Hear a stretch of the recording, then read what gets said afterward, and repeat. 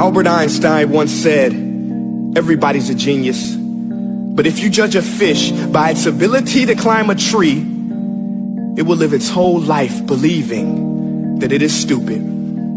Ladies and gentlemen of the jury, today on trial we have modern day schooling. Glad you could come. Not only does he make fish climb trees, but also makes them climb down and do a 10-mile run. Tell me, school, are you proud of the things you've done?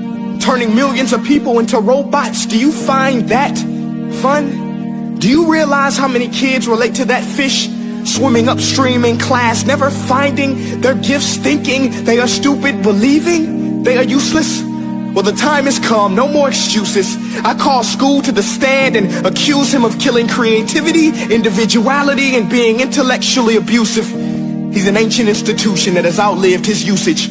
So, Your Honor, this concludes my opening statement, and if I may present the evidence of my case, I will prove it. Proceed. Exhibit A.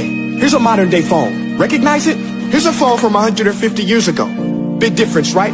Stay with me. Here's a car from today, and here's a car from 150 years ago. Big difference, right? Well, get this. Here's a classroom of today, and here's a class we used 150 years ago. Now, ain't that a shame? In literally more than a century, nothing has changed. Yet you claim to prepare students for the future? But with evidence like that, I must ask, do you prepare students for the future or the past? I did a background check on you and let the record show that you were made to train people to work in factories, which explains why you put students in straight rows, nice and neat, tell them sit still, raise your hand if you want to speak, give them a short break to eat, and for 8 hours a day tell them what to think. Oh, and make them compete to get an A letter which determines product quality, hence grade A of meat. I get it. Back then, times were different. We all have a past. I myself am no Gandhi. But today, we don't need to make robot zombies. The world has progressed. And now we need people who think creatively, innovatively, critically, independently, with the ability to connect. See, every scientist will tell you that no two brains are the same. And every parent with 2 or more children will confirm that claim.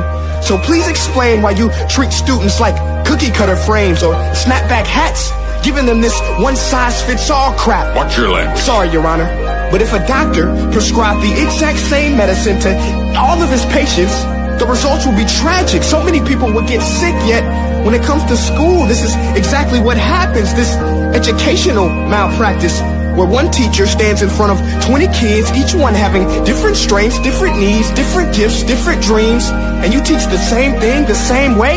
That's horrific. Ladies and gentlemen, the defendant should not be acquitted. This may be one of the worst criminal offenses ever to be committed. And let's mention the way you treat your employees. Objection. Overruled. I want to hear this. It's a shame. I mean, teachers have the most important job on the planet, yet they're underpaid? No wonder so many students are short-changed. Let's be honest. Teachers should earn just as much as doctors, because a doctor can do heart surgery and save the life of a kid. But a great teacher can reach the heart of that kid and allow him to truly live. See, teachers are heroes that often get blamed, but they're not the problem.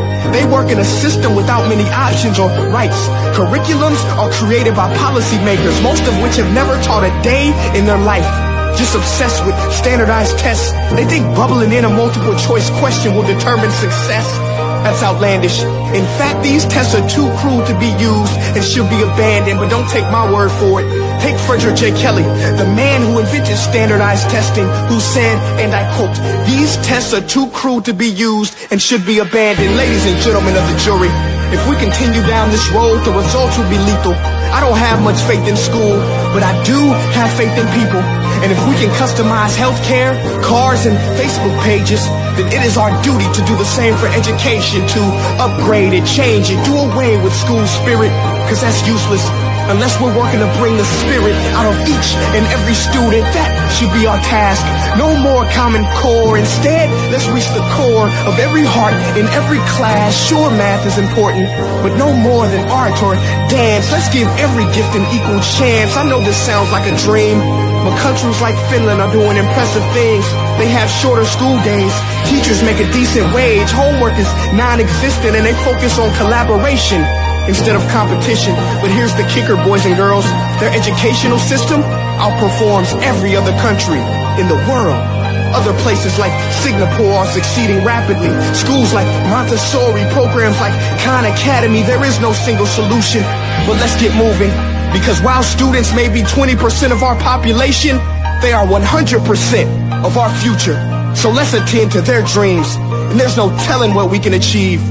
This is a world in which I believe, a world where fish are no longer forced to climb trees. I rest my case.